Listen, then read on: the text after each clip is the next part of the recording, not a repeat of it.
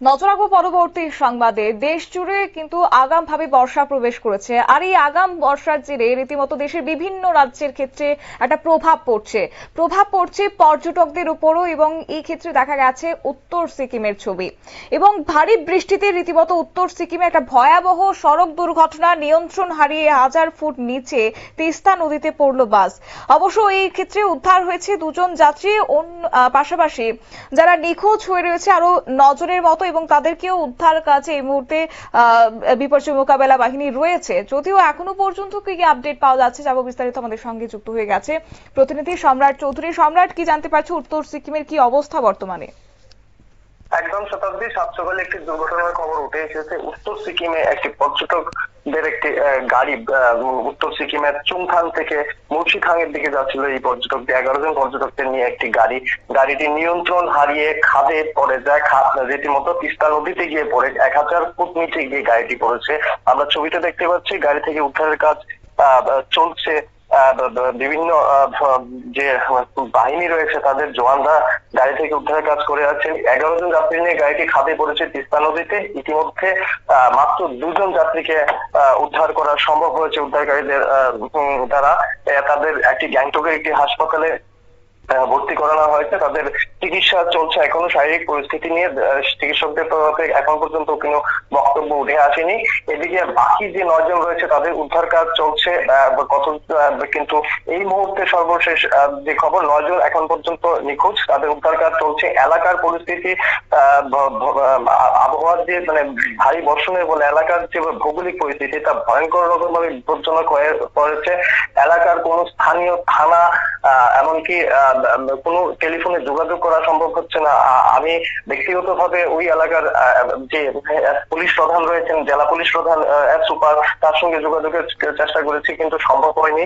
স্থানীয় থানাগুলির সঙ্গে টেলিফোনে যোগাযোগ করার চেষ্টা করেছি, সেটাও সম্ভব হয়নি। তবে আশেপাশে দুটি যে পার্শ্ববর্তী থানা রয়েছে সেই থানার আধিকারিকদের সঙ্গে যোগাযোগ করার পর তারা নিশ্চিত করেছেন যে এই ঘটনা ঘটেছে এবং তাদেরকেও সতর্ক থাকতে বলা হয়েছে। কারণ উদ্ধার কাজের যে বহর তা এখনো অনুমান করা সম্ভব হচ্ছে না। ইতিমধ্যে কিন্তু এই যারা যাত্রী 11 জন যাত্রীর মধ্যে 9 জন নিখোঁজ রয়েছেন তাদের উদ্ধারে কিন্তু ইতিমধ্যে সেনা নামিয়ে দেওয়া হয়েছে। সঙ্গে রয়েছে সিকিম পুলিশ ও ইন্দো তিব্বত সীমান্ত পুলিশ যারা রয়েছে নেপাল এবং ভুটান সীমান্তে তিব্বত এলাকাতে, যারা সীমান্ত পহরা দিয়ে থাকেন অনেকটা বিএসএফ এর কাজের আদলে, তারাও উদ্ধার কাজে হাত লাগিয়েছে। সবার নিখোঁজ চলছে। এরই মধ্যে যেটা সবচেয়ে উদ্বেগজনক খবর সেটা হচ্ছে এই 11 জন যাত্রীর মধ্যে রয়েছে পশ্চিমবঙ্গের যাত্রী, উড়িষ্যার যাত্রী এবং ত্রিপুরার যাত্রী। এমন কিন্তু একটি খবর বিভিন্ন সংবাদ মাধ্যমে প্রচার হয়ে আসছে সকাল থেকে, যে ত্রিপুরার যাত্রীও রয়েছেন 11 জন যাত্রীর মধ্যে। কিন্তু এখন কিন্তু রাজ্য সরকারের যে প্রশাসনের আধিকারিকরা রয়েছেন, আমি তাদের সঙ্গে যোগাযোগ করেছি, বেশ কয়েকজন রাজস্ব দপ্তর আধিকারিকের সঙ্গে যোগাযোগ করেছি, কিন্তু এই বিষয়ে এখনো প্রশাসনের তরফে কিন্তু নিশ্চিত করে কিছু বলা সম্ভব হয়নি। এই বিষয়ে তারাও খোঁজ খবর নিচ্ছেন। কলকাতা, পশ্চিমবঙ্গে যে আমাদের রাজ্য সরকারের বিভিন্ন দপ্তর রয়েছে সেই দপ্তর সূত্রে সিকিমের সরকারের সঙ্গে যোগাযোগ করে খবর নেওয়ার চেষ্টা চলছে যে যারা এখনো নিখোঁজ এবং যারা এই 11 জন যাত্রী, যাদের মধ্যে 2 জন আহত হয়ে বর্তমানে চিকিৎসাধীন, তাদের মধ্যে কি আদৌ ত্রিপুরার কোন যাত্রী রয়েছেন কিনা, যদি থেকে থাকেন তাদের কি অবস্থা এবং তারা কারা, এই ব্যাপারে খোঁজ খবর নেওয়া শুরু হচ্ছে। কিন্তু এখনো আমি আবারও বলছি, ত্রিপুরা যাত্রী রয়েছে এই বিষয়ে রাজ্য প্রশাসনের তরফে কিন্তু এখনো কোনো কিছু নিশ্চিত করা হয়নি।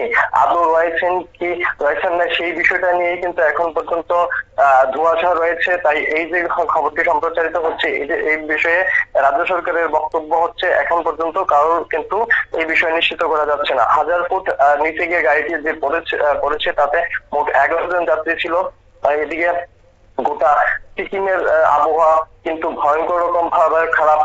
সিকিমের বিভিন্ন পাহাড়ি রাস্তা ইতিমধ্যে ধস পড়ে বন্ধ হয়ে গেছে, কোথাও কোথাও গাছ পড়ে আটকে আছে। গোটা উত্তর পূর্ব ভারতেই কিন্তু আজকের দিনে আবহাওয়া ভয়ঙ্কর রকম খারাপ। যেরকমটা ত্রিপুরার আবহাওয়া বিভিন্ন এলাকাতে তার থেকেও বাজে পরিস্থিতি।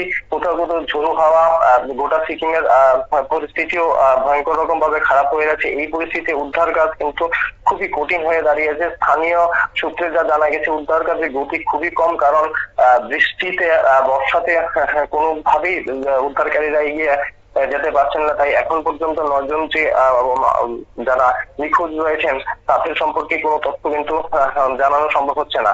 এদিকে আলিপুরদুয়ার যে আবহাওয়া দপ্তর রয়েছে তারা জানিয়েছে উত্তরবঙ্গে সবে মাত্র বর্ষা প্রবেশ করেছে। আগামী বেশ কয়েকদিন ভারী থেকে অতি ভারী বৃষ্টির সতর্কতা রয়েছে। দার্জিলিং সহ উত্তরের একাধিক জেলা কিন্তু এই এবং সিকিম সহ মূলত উত্তর পশ্চিমবঙ্গের যে উত্তর অংশের যে আবহাওয়ার পূর্বাভাস তার সিকিমের উপর একদম লাগু হয়ে থাকে। তাই সিকিমের আবহাওয়া একই রকম থাকতে গোটা দেশেই বর্ষা এই বছর প্রায় 10 দিন এগিয়ে প্রবেশ করেছে এবং আবহাওয়ার যে পূর্বাভাস তা গোটা ভারতে এবার স্বাভাবিক থেকে অনেক বেশি পরিমাণ বৃষ্টিপাত হবে। তাই বিভিন্ন পাহাড়ি এলাকা থেকে শুরু করে অতীতে যেসব এলাকা বন্যা প্রবণতা লক্ষ্য করা গেছে সেই সব এলাকাতেই কিন্তু এখন এবছর অতিরিক্ত সতর্কতা মোতায়েন করতে হবে। একই পরিস্থিতি সিকিমের রয়েছে। সকাল থেকে এখন পর্যন্ত যা খবর, এই দুর্ঘটনায় 2 জন নিহত, 9 জন এখনো নিখোঁজ। তবে ত্রিপুরার যাত্রী রয়েছে বলে যে খবরটি প্রচার হচ্ছে তা কিন্তু রাজ্য সরকারের তরফে, আমি আবার উল্লেখ করছি, রাজ্য সরকারের তরফে কিন্তু এখনো খবরটি নিশ্চিত করা হয়নি। শতাব্দী, একেবারে ধন্যবাদ। আপনারা শুনলেন, অর্থাৎ উত্তর সিকিমে এখন দুর্ঘটনা এই আবহাওয়ার জেরে এবং বিশেষ করে প্রকৃতির কোপে পড়েছে নিয়ন্ত্রণ হারিয়ে রাস্তা থেকে 1000 ফুট নিচে পড়ে গেছে পর্যটকদের একটি গাড়ি এবং তিস্তা নদীতে পড়ে গিয়েছে পর্যটকদের স্থানীয়রা এবং রাত থেকে উদ্ধার কাজ চলছে। তবে খারাপ আবহাওয়ার কারণে বারবার উদ্ধার কাজ ব্যাহত হচ্ছে। এখনো অনেকের খোঁজ মেলেনি। উদ্ধার করা হয়েছে শুধুমাত্র 2 জনকে, তবে তাদের গ্যাংটক একটি হাসপাতালে ভর্তি করানো হয়েছে। পুলিশ সূত্রে যে খবর, দুর্ঘটনাগ্রস্ত গাড়িটিতে ছিলেন পশ্চিমবঙ্গ সহ 3 রাজ্যের বাসিন্দা। তবে আপাতত ত্রিপুরার কোনো বাসিন্দা রয়েছে কিনা, পর্যটক সেখানে গিয়েছে কিনা সেই বিষয়ে কিন্তু এখনো নিশ্চিতকরণ পাওয়া যায়নি এই মুহূর্তে। নিয়ে নিশ্চিত ছোট্ট একটি বিজ্ঞাপন বিরতির সঙ্গে থাকুন।